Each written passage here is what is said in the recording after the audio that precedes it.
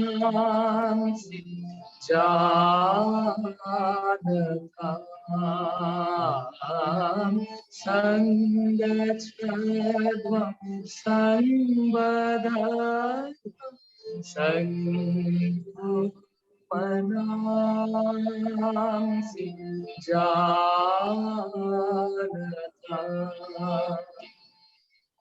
Samano mantra samiti samani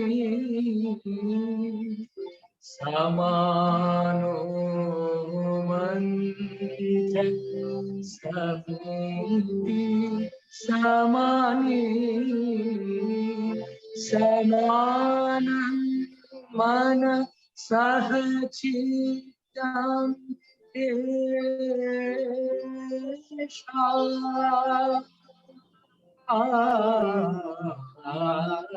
Sangachadvam Sambadadvam Manamsi Janatam Sangachadvam Sambadadvam Manamsi Janatam Samaniva Samana Hridayaniva Samaniva Samana Hridayaniva Samanamastu mano Yathavat susahasati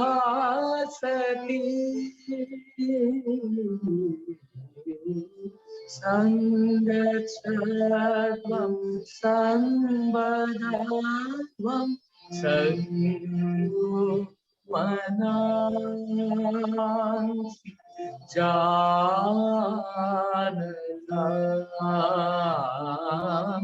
Sangachadvam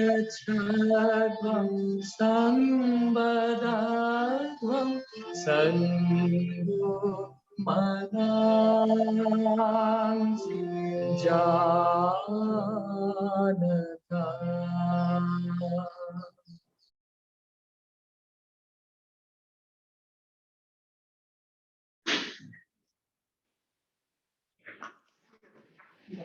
শুরু করো।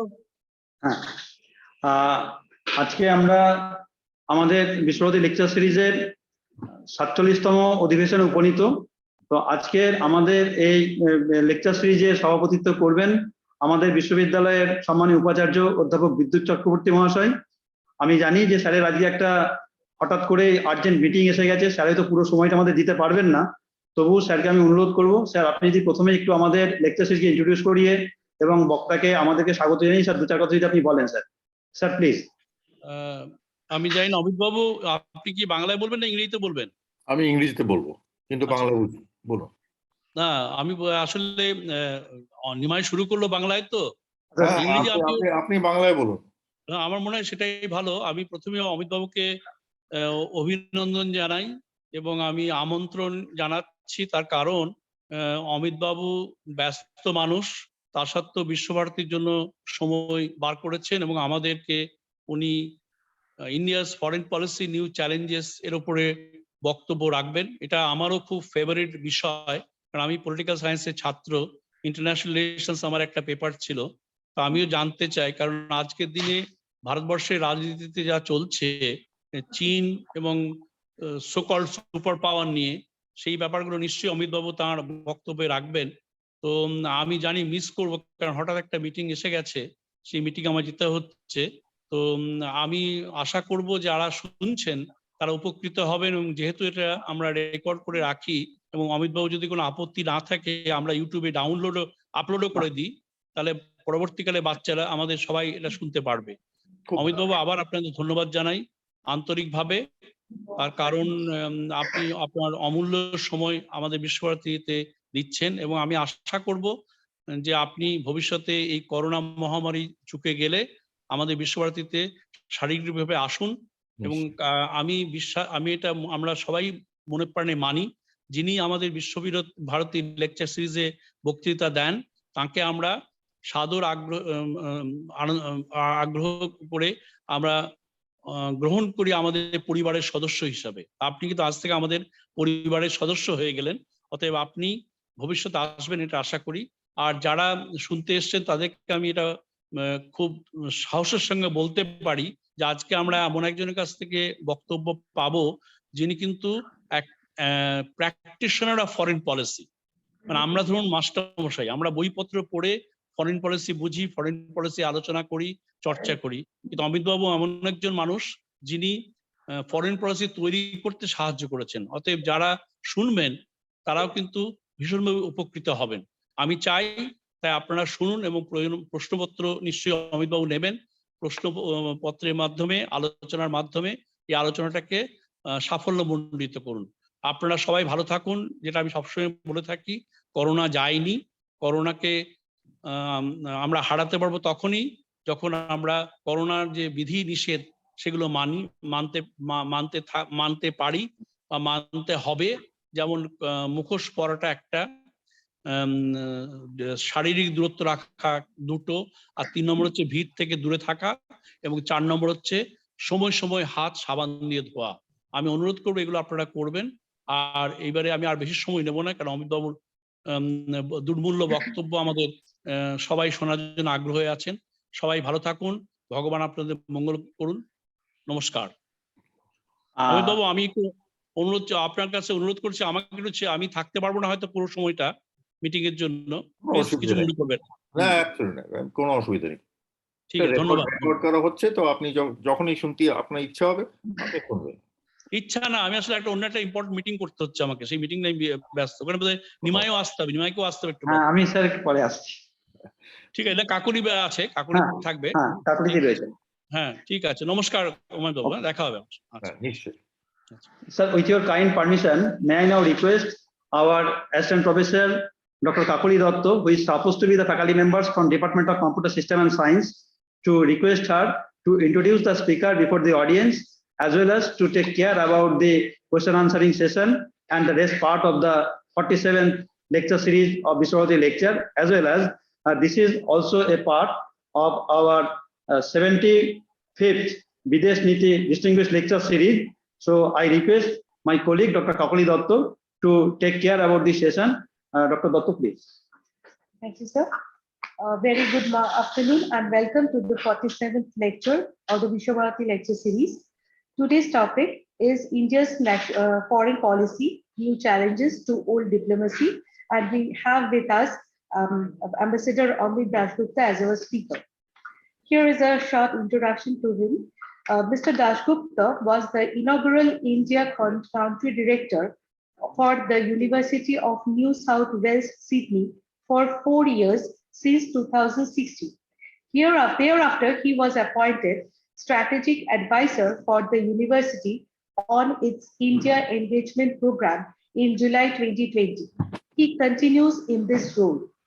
Prior to that, and following his retirement from the Indian Diplomatic Service, he was appointed the first head of the Mumbai campus of the Business School, SV Jain School of Global Management, where he was not only the administrative head of campus and also a part of the school's faculty.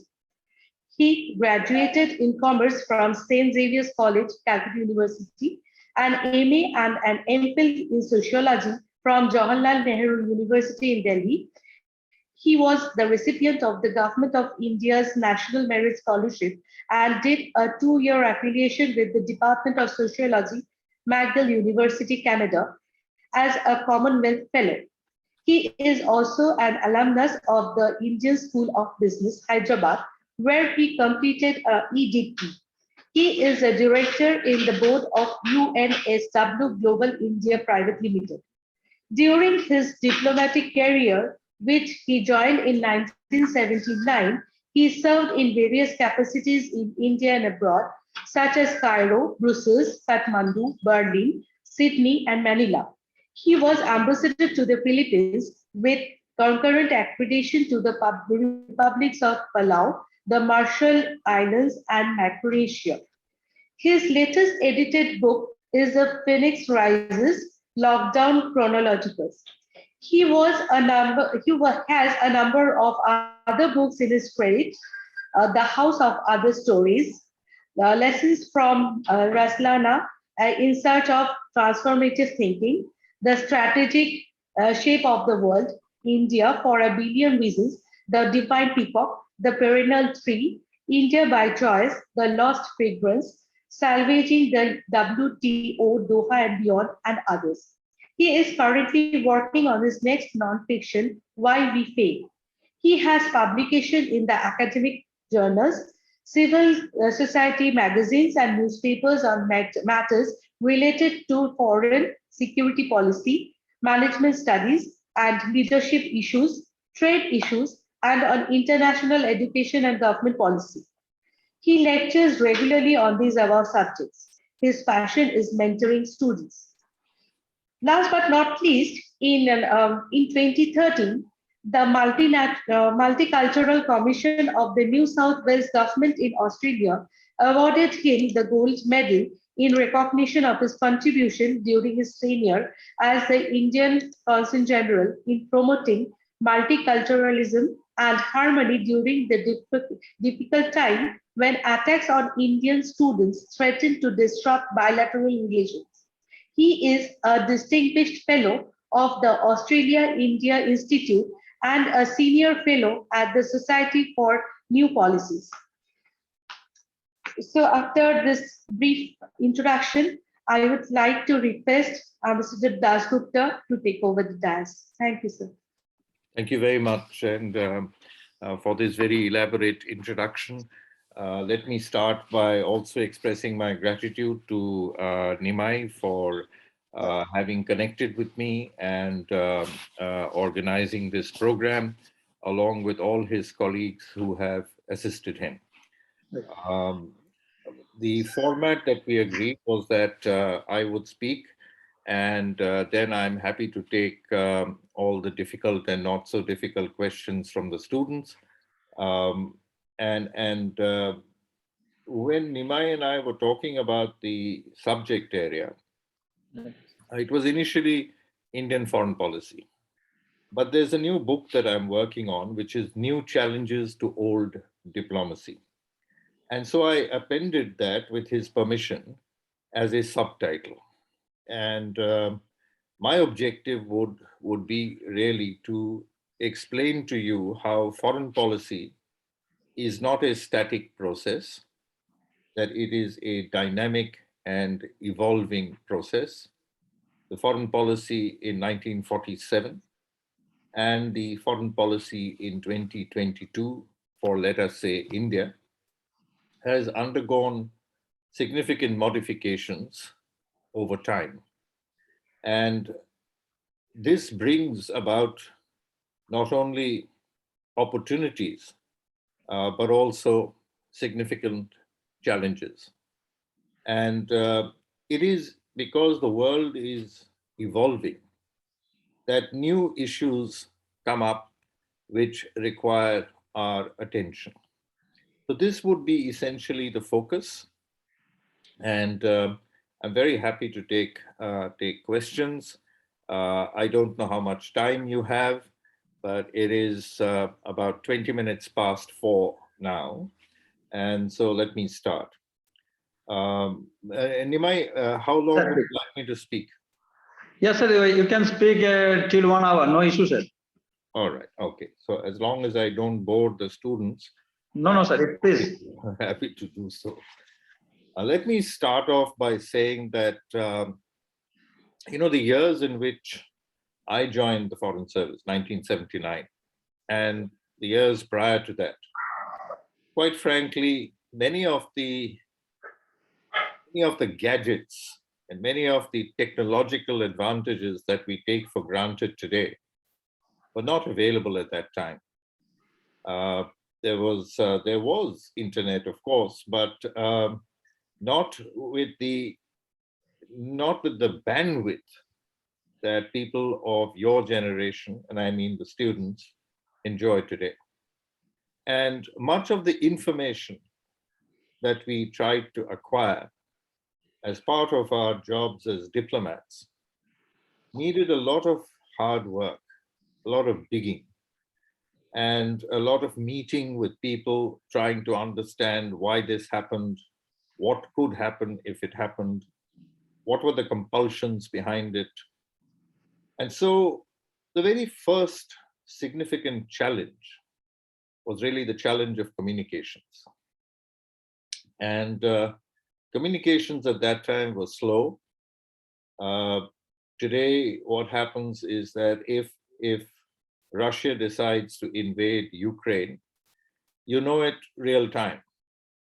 But in the days before, 50, 60, 70 years ago, it would take at least a couple of days for a cable to actually reach headquarters, for them to tell them that such a monumental event has taken place. So the abridgment, if you like, the speed of communications is a significant new development. It comes with its opportunities and it comes with its challenges. And you see what has happened with 24/7 news. And if you watch, for example, Indian news channels, you will observe that there is a repetitiveness in terms of reportage. The same news report is being reported, the same footage is being shown, because people need to be live 24/7. There are certain other channels, of course, and many of which are foreign, which have achieved a different level of sophistication. And they have debates and discussions. Today, for example, the whole issue of whether Russia would invade Ukraine. What is President Putin thinking about? What should the so-called Western countries do? What should NATO do? What should Europe do? What should the United States be doing? How severe would be the impact of sanctions should it be introduced? What kind of sanctions are likely to work? So all of this is being discussed real time. And many of them are the sort of inputs that foreign policy practitioners would actually, some 40, 50 years ago, 60 years ago, would be putting together as dispatches.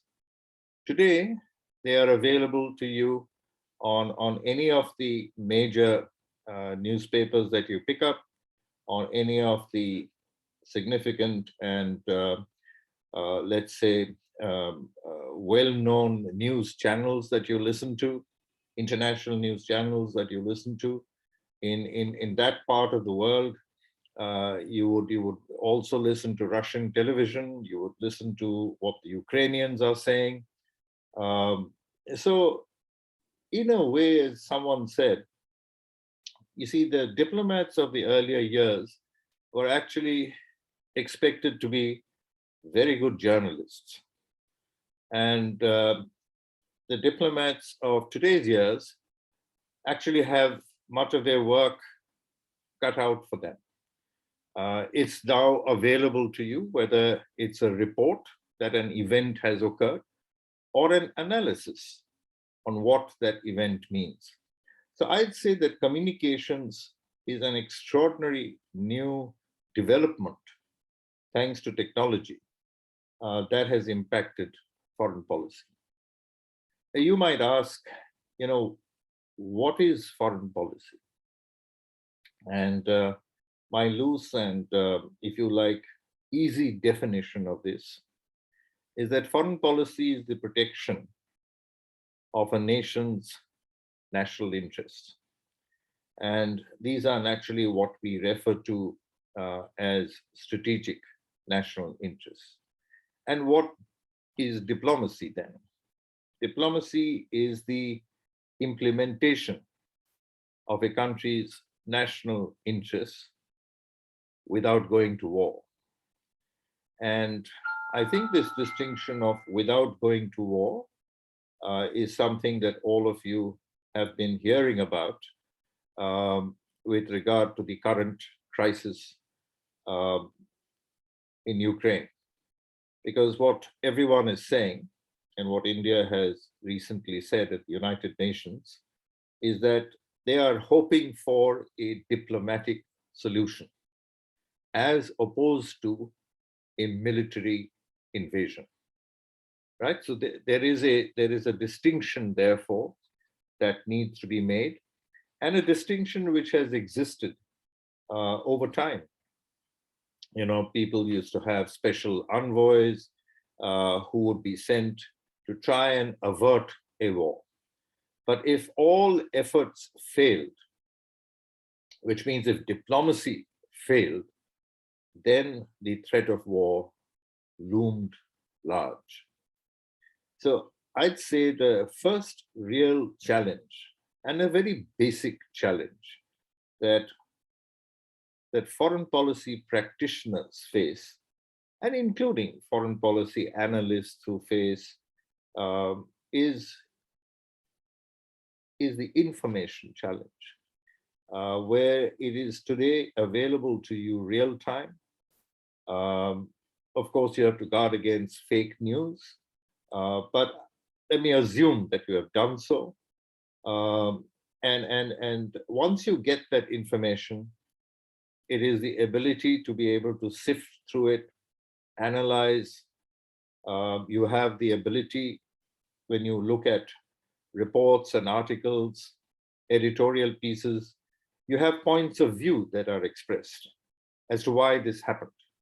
And you either will agree with it or you would disagree with it. But nevertheless, what remains static, if you like, and what remains foremost is the fact that your job is to ensure that your country's national interests are not harmed in any way.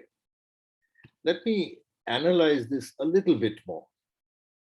You see, the time when I joined the Foreign Service and the wonderful predecessors that my batch and the younger crop of Foreign Service officers had at that time, you know, great diplomats, and of course, very great people who forged and made India following the freedom struggle. And one of the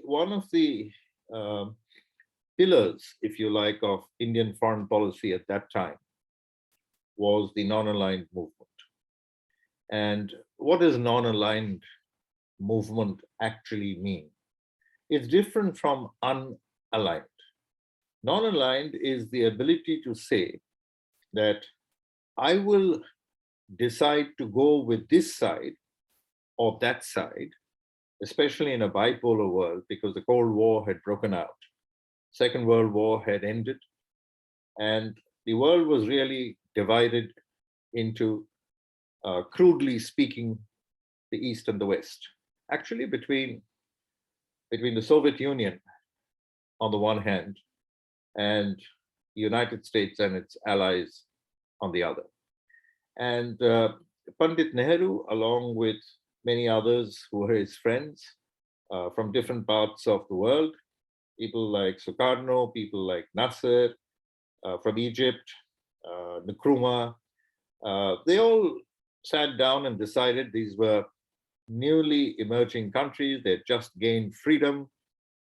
They wanted to build their own country and shape it in the eyes of their own people. And an ambitious task, actually. And whether they succeeded or they didn't succeed is a separate issue. But they told themselves that we have had 200 years of brutal colonialism. And today we are independent, and what we want is independence in our thinking, independence in our policies.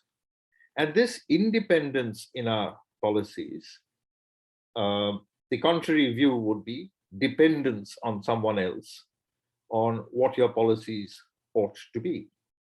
So non-alignment emerged indeed as a movement, to say that I will decide whether to go with you or to go with somebody else, depending on what serves my national security interests to the maximum at that point of time. So on certain issues, I may go with you. On certain other issues, I may go with somebody else. But that assessment, that choice, that freedom of choice should be left entirely to me. Now, this was not particularly liked by many countries because they said that, this is like sitting on the fence. But it wasn't actually like sitting on the fence, because you did exercise choice, and on occasions you went with one. We are aware, for example, that on India's nuclear ambitions, not only did we receive support from the Soviet Union, meaning the then Soviet Union, but we also received support from countries like Canada and the United States. And we chose, we picked, because that freedom of choice is what we held very dear to us. But please remember that the non-aligned movement emerged, consolidated at a time of a bipolar world. The world was really bipolar. There were no other powers at that time. It was either the Soviet Union or the United States and its allies. And of course, the Soviet Union and its allies.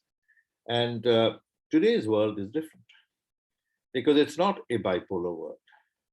Today, what we are talking about is a multipolar world, where the axis of power is in not a single place, but in multiple places. I mean, there's a series of articles and books that were written at a point of time, which tried to argue that the balance of power is actually shifting eastwards. And they talked about China as the pivot, and China as emerging as a critical player in this power game. So what it suggests is that because we have moved away from a bipolar world, technically, non-alignment has no further relevance. Now, this is a dramatic shift in perspective, a dramatic shift in the way you see the world, because at one point of time, linked to the non-aligned movement, many other things followed. You said, I'm a non-aligned country, you are a non-aligned country, and therefore, we have synergies, we have common interests, we have common aspirations, we have common concerns, we have common goals, we have common objectives, and this commonality brought us close together. So today you need to be able to look at every country and ask yourself very critically, does the relationship with this country consolidate or further my national interests? I'll give you an example, and an example which I think it makes a lot of sense.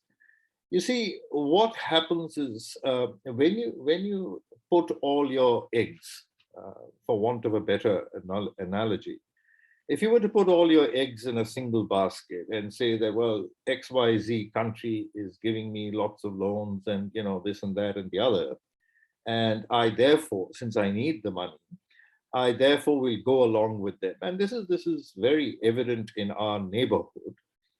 You will find that along with the loans come several other things that might not be compatible with your national interests. So it's important for us to do significant due diligence and to be able to understand and appreciate what implications strategic decision-making results in. There's a saying in management literature that the most difficult thing we do in life, is to take a decision. Think about it. Think about it. The most difficult thing you do in life is to take a decision. Because once you've taken a decision, implications follow. There are expectations in terms of what you're going to do, etc., but there are implications of that decision. Sometimes, of course, it is possible to do course correction, but very often, where matters of strategic national interest and national concern are involved, losing that time before you do course correction can have very dangerous implications. Now, if you look at our neighborhood, there are countries, for example, who have benefited from loans, etc., and made aircrafts and have made harbors, airports and harbors, but there's no aircraft that lands or takes off. There is no ship that berths. Now, does it serve strategic national interest? In my view, it doesn't. And that it is an erroneous decision that one has taken. Is course correction possible? Yes, it is possible, but at enormous cost. Because when you take a loan, you need to service that loan. And if you put good money after bad money, there are implications of this. So I started off by telling you about communications being a significant opportunity. And I moved on to what we refer to as the non-aligned movement and how its shift actually imposes on us new ways of seeing things. You know, there was a French philosopher called Marcel Proust who said that the real act of discovery, is not the discovery of new lands. It is the discovery of new ways of seeing. And this is important for us to recognize from multiple points of view. It was assumed, for instance, in the days of old, of yore, that when you said foreign policy, you actually talked about a relationship that was bilateral. You know, the relationship between two countries, India and Nepal, India and Somalia, India and the United States, India and Germany or France or the Philippines or whatever it is. This gradually evolved. And with the United Nations being there, we spoke about multilateral relations, you know, where you actually, everyone met and they talked about what was a global problem and how do you find a global solution to a global problem. The pandemic, for instance, is a global problem.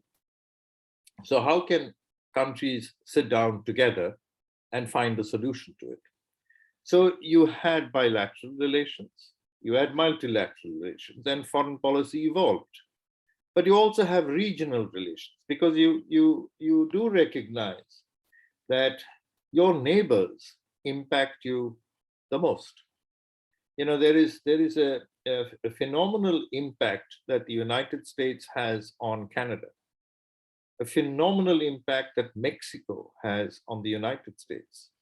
And similarly, when you look at India, India cannot be blindsided in terms of the impact it has on Bangladesh and vice versa, or on Nepal, or on Bhutan, Sri Lanka, Pakistan, Afghanistan, Maldives. You know, there is a vice versa relationship that is integral to the making of India's foreign policy. Sometimes it is referred to as the core and the periphery. And I don't like this particular phrase for multiple reasons, because it gives the impression that your neighbors are periphery, and particularly in the case of India. And if you were to look at a map of India, you would find, for instance, that India looms large And on its borders are several countries that actually don't share borders with each other.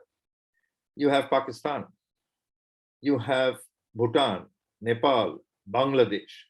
And the tendency is taking the example from the sun, the umbra and the penumbra, taking that kind of example and to say that, look, these are peripheral, but geographically speaking, they're actually on the outer perimeters of India. And they are contiguous with India. We share borders, and therefore there is a migration of people. And what happens in Nepal, India cannot remain blind to it. What happens in Bangladesh, India cannot remain blind to it. And it becomes a critical element of our foreign policy, therefore, to be able to negotiate a very strong, a very robust, a very future-looking relationship, which is in India's interest with each and every one of these countries. But please remember, foreign policy cannot be a one-way traffic. It cannot be a zero-sum game that is, I win only when you lose. Foreign policy is a two-way win-win situation. So it's for those of you who follow management literature, you will find that one of the core principles of negotiation is that you cannot make the other side lose face.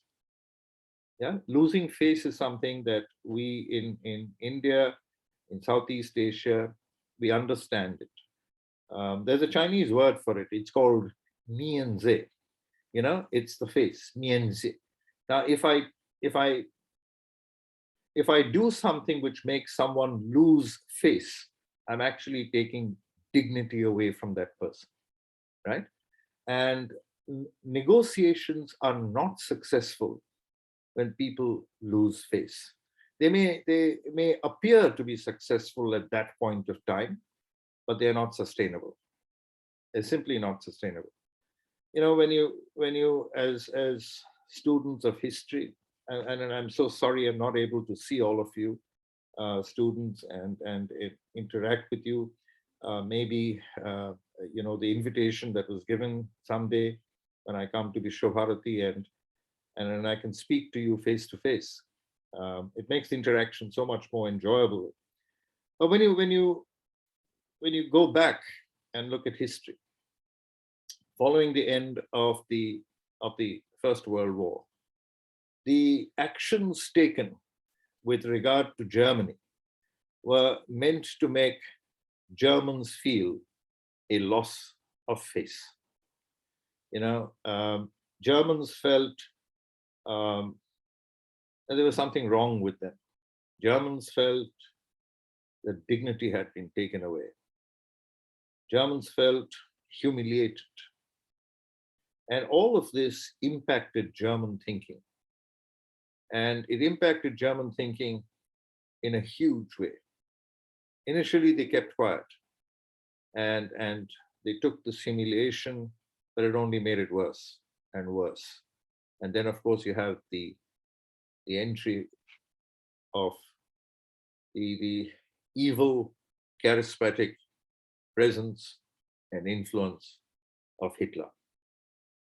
And his emergence at that point of time was an emergence at a critical point of time in German history. And it comes really for a variety of reasons. And I'm not saying that losing face was the only reason. There was hyper-nationalism, there were the anti-Jewish sentiment.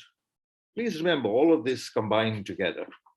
But a very, very critical element in that relationship was that Germany lost national pride.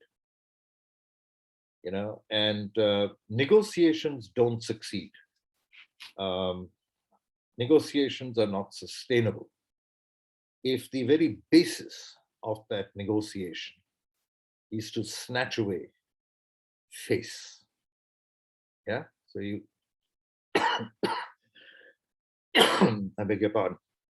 So keeping that in mind, The crafting of foreign policy, therefore, while I might say, and I thump my fist on the table and say, protection of my national security interests is paramount, and I will negotiate with you, provided my entire baggage of national security interests is preserved and it is furthered. But in the process, I will take away and I will walk on your national security interests. Believe me, the relationship and the dialogue would not be sustainable. It'll become more like a Hamletian monologue. One side speaks and speaks only to the dark. If you look at the conversation, if such a thing exists, that is currently going on with regard to Ukraine and Russia. Russia says, my national interests, my national security interests, my strategic interests are non-negotiable. And there are certain things that I need as part of that. And the other side, which is not Ukraine, by the way, the other side has decided, and the Ukrainian president has gone red in the face and has been saying that, look, I mean, please don't escalate the situation. The Washington has repeatedly said that war is going to break out, tomorrow morning, day after tomorrow morning, next week. I mean, we've been hearing this for the past 10 days. Everything is now pointing towards invasion tomorrow. And the Ukrainian president, on the other hand, has been saying that please relax, do not escalate tension. There is tension, and don't escalate it by talking about things which may be without basis. But the other side, therefore, I'm saying minus Ukraine, says that these things that you have outlined as national security interests go against our national security interests. So you have what is known as a logjam. And if you want to break this logjam, you break it in two ways. One is you say that, we have reached an impasse. You're not going to budge. I'm not going to budge. And the only way I see this will be resolved is an invasion, a military attack. The other way is to say, which is a position that India advocates, a position I personally believe in, is that nothing is ever lost till everything is lost, which is that you never give up on diplomacy. Because in diplomacy, if you want a win-win situation, both sides have to give. They can't only take. So when I wish to suggest the new challenges to old diplomacy, what I'm saying is that the contours of the world, the contours of the events in the world, and the impact those events will have are evolving. Much of which is also very different. For example, I started and I told you that foreign policy was always seen as a matter of bilateral relations, right? And then, of course, it evolved. There was multilateral relations, there's regional relations, there's plurilateral relations, so on and so forth. But I also mentioned briefly the pandemic, which meant that you suddenly introduce a whole set of new issues into the foreign policy basket. These were not issues that we were looking at earlier. Today, for instance, if you want to deal with the pandemic, you have to, it is seen as a critical element of foreign policy where different agencies of the government become part of the negotiating process. So if I need to vaccinate and I'm not in a position to produce the vaccines myself, if I need to purchase vaccines from elsewhere, then the diplomat has to speak with, consult with, receive a brief, and do what the health ministry asks it to do, and says that, I need the following things. The attack against China, for example, and there are many people who attack not only China, they attack the World Health Organization. was referred to as a China virus by none other than a US president.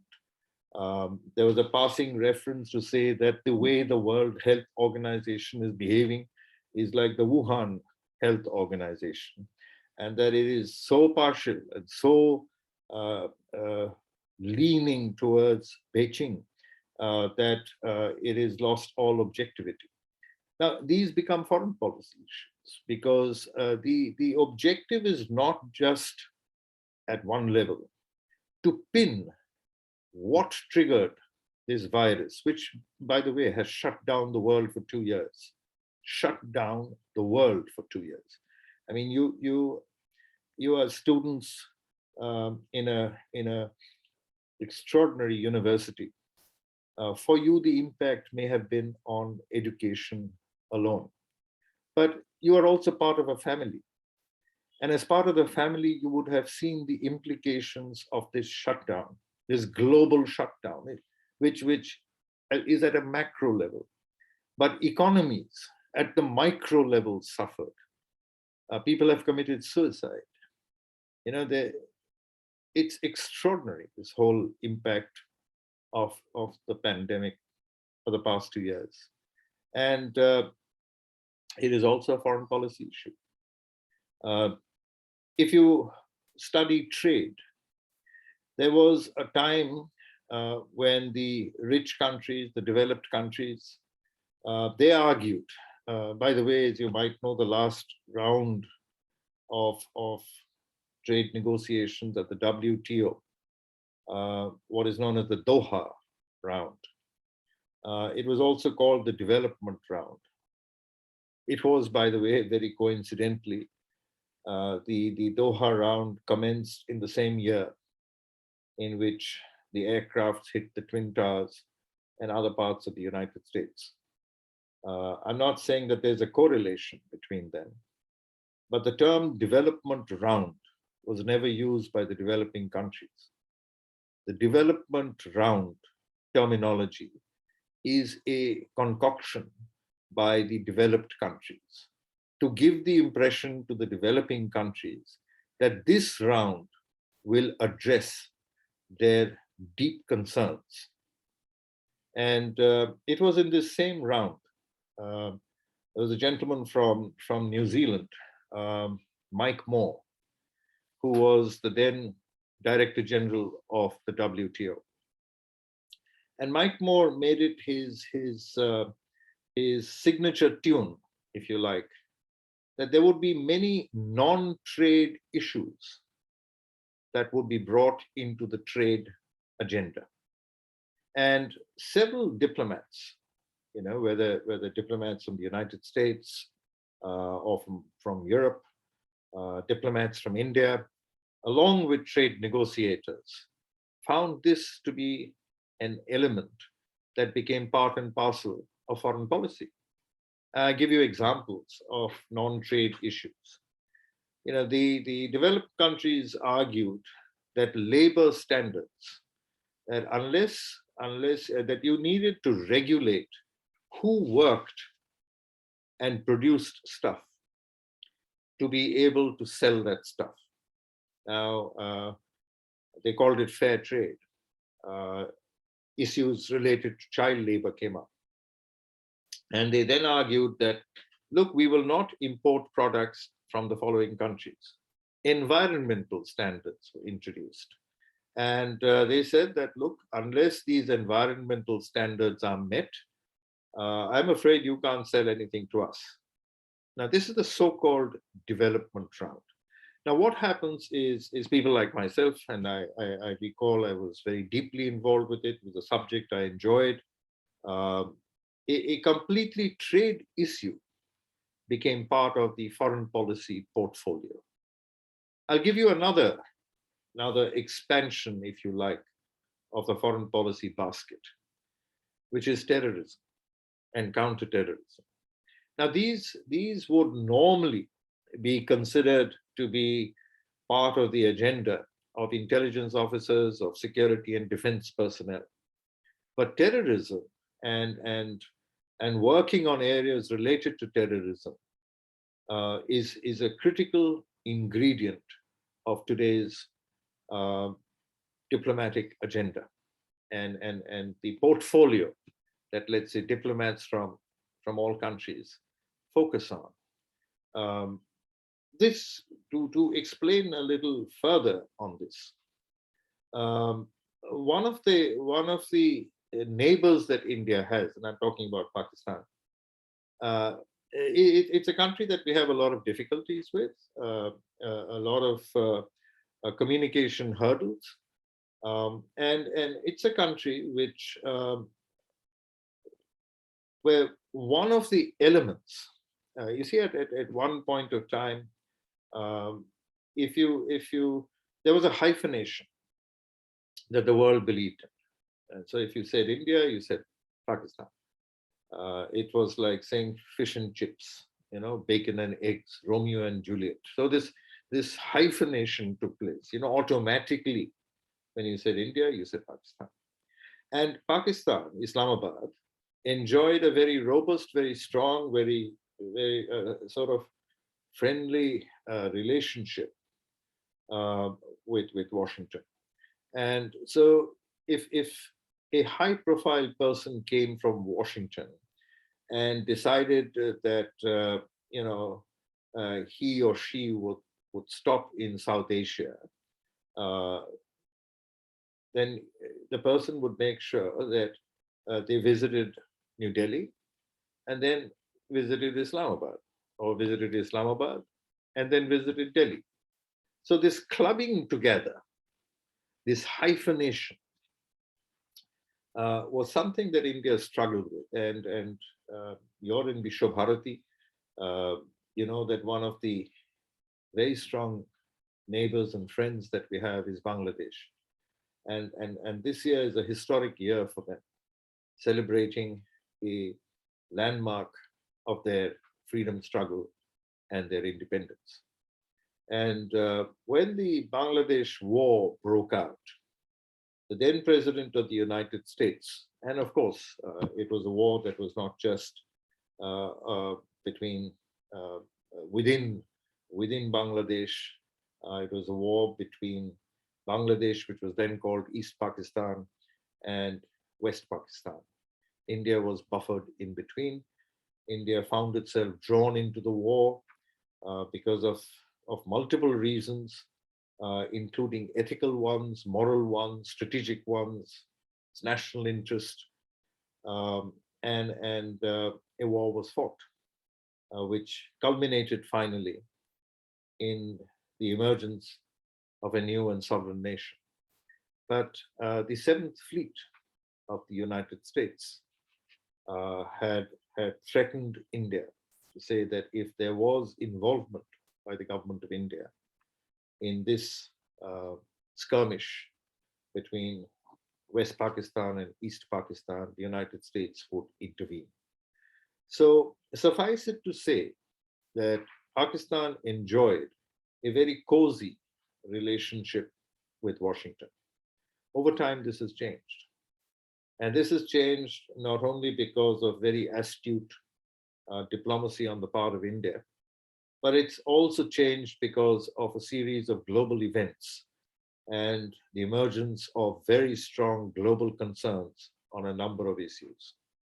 One of these concerns was nuclearization. And as you know, most of the nuclear powers keep insisting and saying, because of the devastation a nuclear bomb can cause, is that there should not be proliferation of technology, of know-how, and of weapon systems. And India has had an extraordinary track record of non-proliferation. And the West found, or the West understood, as indeed many people understand, you understand by contrast, right? So you understand what is good when you understand what is bad. You understand night when you understand day, so on and so forth. So you contrast it. And in the process of contrast, they found that India stood at one spectrum of extraordinary non-proliferation. And Pakistan stood at another spectrum where nuclear secrets were stolen. The gentleman A.Q. Khan who's known as the father of nuclear proliferation, if you like. You know, Pakistan's indulgence with regard to North Korea and elsewhere, all of this became a significant threat because, and some people refer to it as the Islamic bomb, that if this weapon made its way into other countries which were unstable, what are the implications it could have? It also raised the question with regard to the stability of Pakistan itself, that while it is called a democracy, it doesn't behave as a democracy. And then a very dramatic set of events started unfolding, one after the other, whether it was with regard to Daniel Pearl's killing. They found that terrorism had a rampant welcome in that country. And there was really no law and order. It was characterized by disorder. But that disorder was actually a threat to not only good governance, but other countries.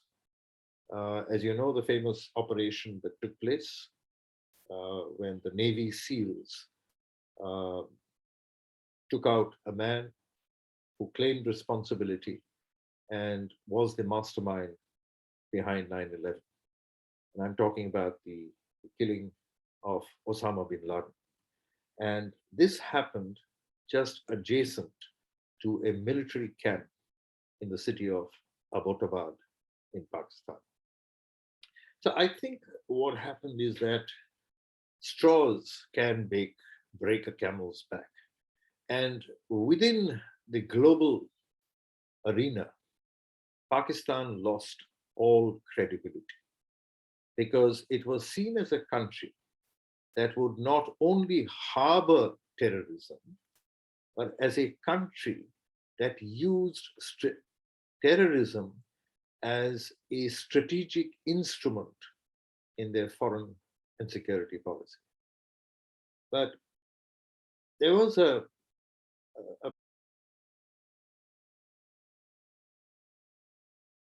আমি বলছিলাম আপনাদের about Pakistan. Basically, what has happened is you may lose a friend, but in foreign policy you always make new friends, and that is a very critical game. And in that game, what Pakistan has agreed to do is that it has actually sold its national strategic security interests, its entire personality. It has sold it to the highest bidder, and it chose that highest bidder very carefully. It chose Beijing. And it chose Beijing in a very interesting manner because there are views and perspectives on China that align very deeply with the rationale of Pakistan. Also, it is not a pushover country. And what India faces, therefore, is a critical challenge of a Pakistan which it successfully dehyphenated from Washington, but it could not prevent the hyphenation of Islamabad with Beijing. And you do know, therefore, as a consequence, that one of the big champions and supporters of Pakistan will be China.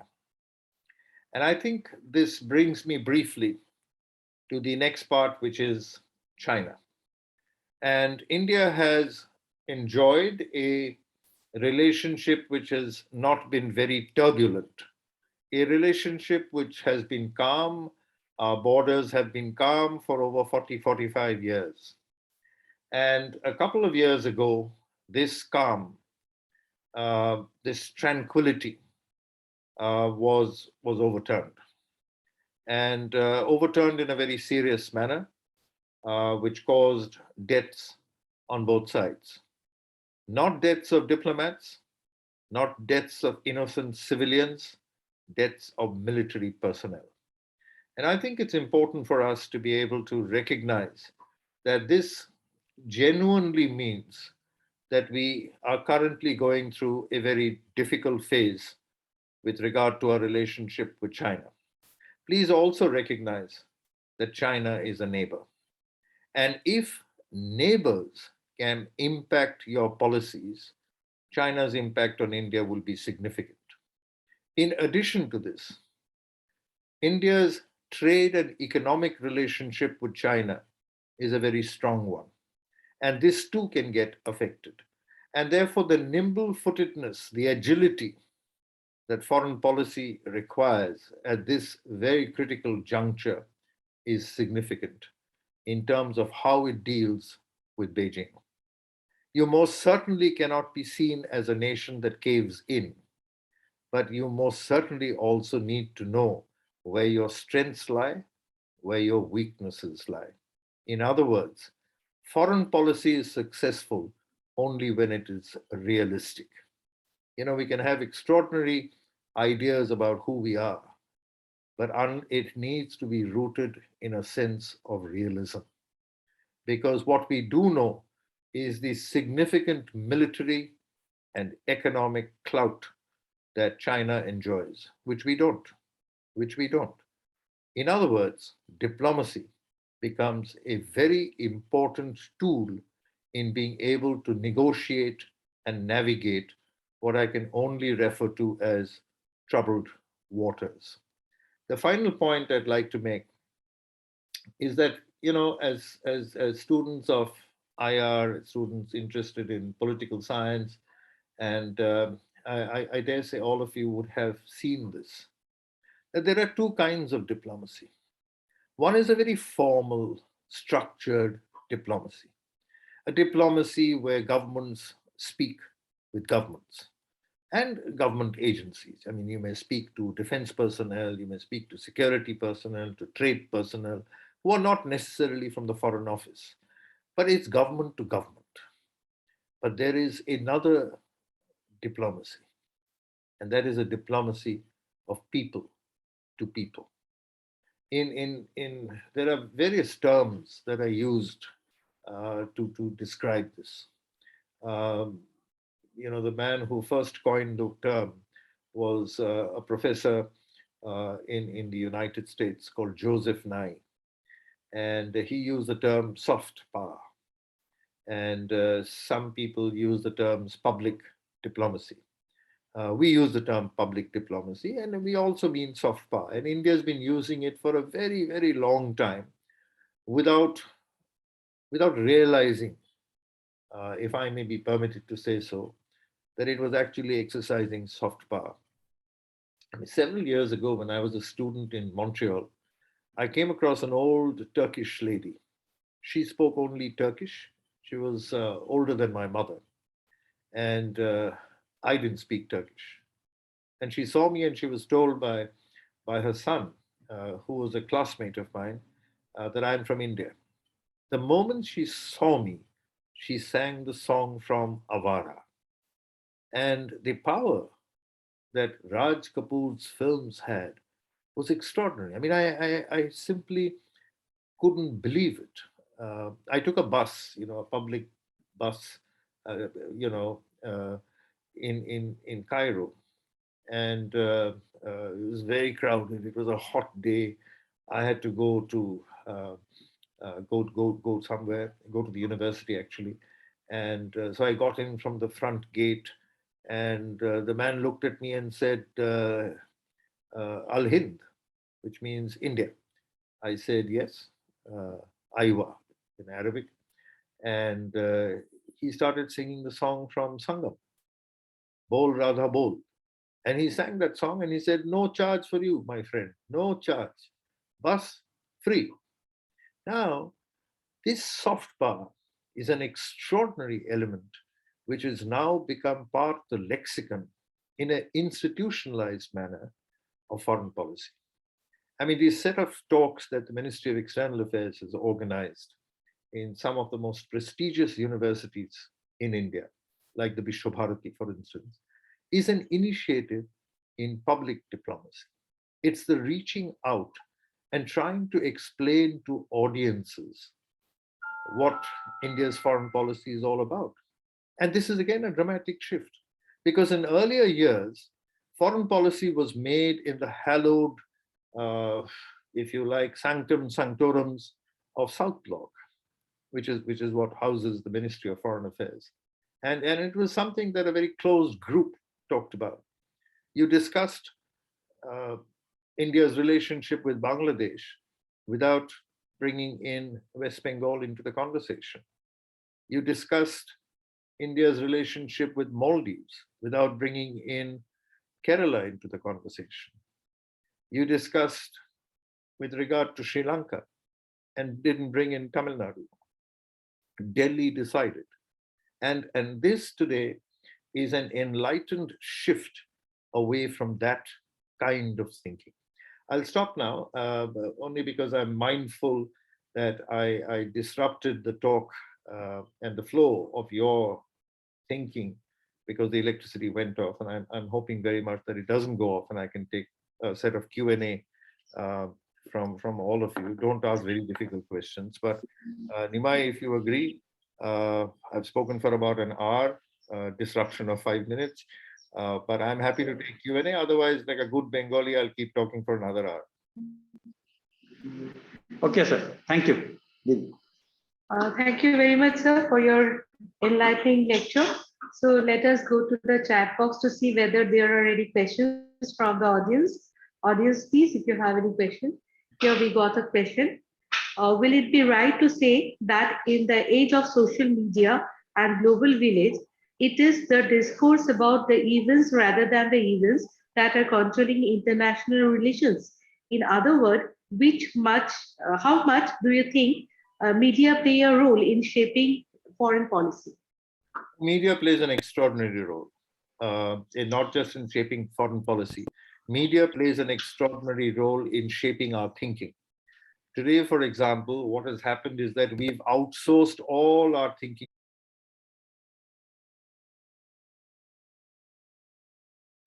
Okay, sir. Then carry on with your answer, sir. Achha. So, media impacts our life, every aspect of our lives. We seem to have outsourced our thinking to the media. And this is for multiple reasons. We've outsourced it because busy. We have other things that we do which preoccupies us. And there's so much happening across the globe. So we listen to a news report and we think we've got all the answers. However, this is not always and necessarily true. And so does media impact the way we think? Certainly it impacts the way we think. Very often it impacts how we see things. But in the foreign offices, on the other hand, while they do look and read and are involved in analyzing media, it doesn't shape foreign policy on the basis of what media reports say. So, I mean, if you had a media report that was critical of India, it would rebut that media report. It would respond to it. But it doesn't make Indian foreign policy crafted on the basis of a media report.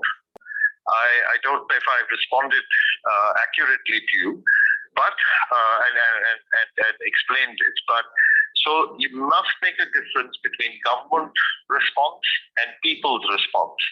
People, on the other hand, may be entirely influenced by the way media reports are crafted and delivered. People may not have the time to read alternative, analysis. They may go by whatever is said and say that, well, this must be correct. So I would caution people, because in today's world of social media, so much of fake news is doing the rounds that we don't really know what is genuine and what is fake. Okay, thank you, sir. Satisfy you? Yes, sir. Thank you. Sir, We have another if you allow, then we have one more question. Can we put up? Yes. Yes. This is from Dr. Shudev Pratim Basu. He is saying, thank you very much, sir, for your very in-depth and insider analysis. My intervention is about the importance of internet and digital resources and our dependence or independence on Chinese health or health platforms. How does that shape Indian response to technology in a hopefully post-COVID world? See,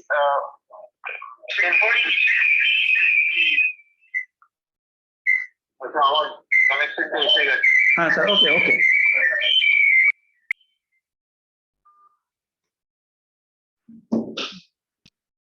Sir, unmute yourself. Sir, please unmute.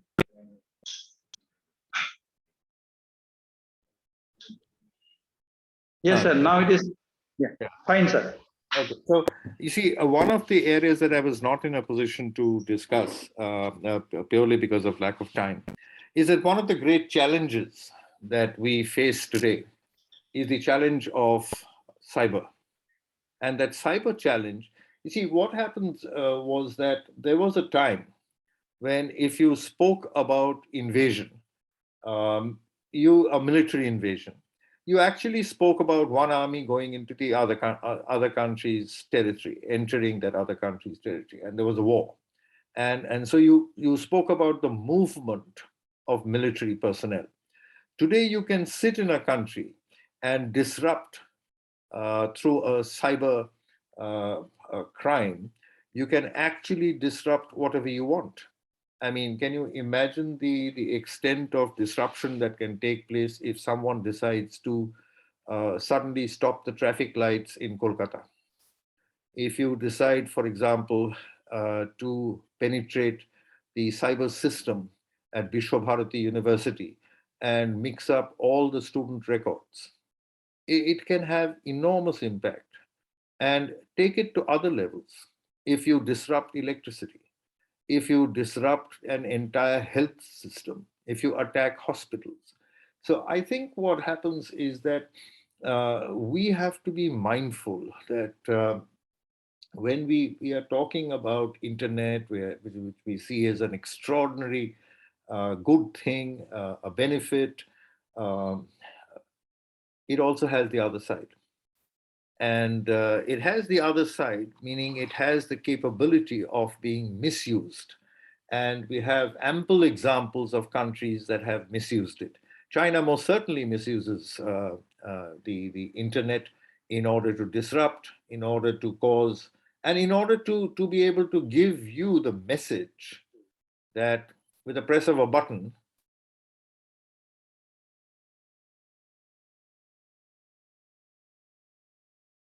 I mean, you've just now seen in the course of this talk how the electricity, when it went off, disrupted a conversation. Imagine if you do it on a national scale through a cyber intervention. So I think India needs to be, all countries need to be extremely mindful of this and actually put down global rules of the game, which means another item that is in the foreign policy basket today is looking at cyber and creating strong defense mechanisms. Can you imagine if I did a cyber attack on an airport? You know, planes are landing, they're receiving instructions, and you do a cyber attack. Can you imagine a cyber attack on a railway station? Can you imagine the impact that it can possibly have? And this impact actually has extraordinary ramifications if it falls into the wrong hands.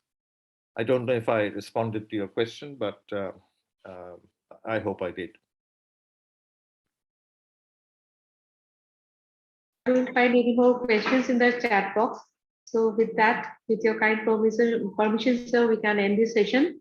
Thank you so much for being with us for the last few minutes. Now, thank you, sir. Thank you. We look forward for your physical visit to Shantiniketan so that we can hear from you more. Thanks to the Honorable Vice Chancellor of Vishwavarati, the Registrar Sir of Vishwavarati, and the University Administration.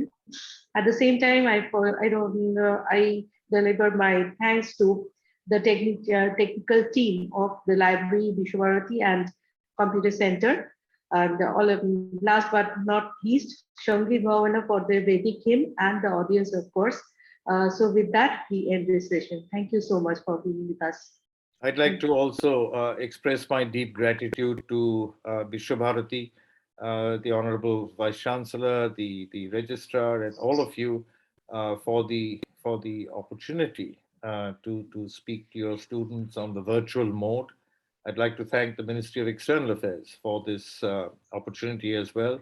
And I'd like to apologize, but I must confess that the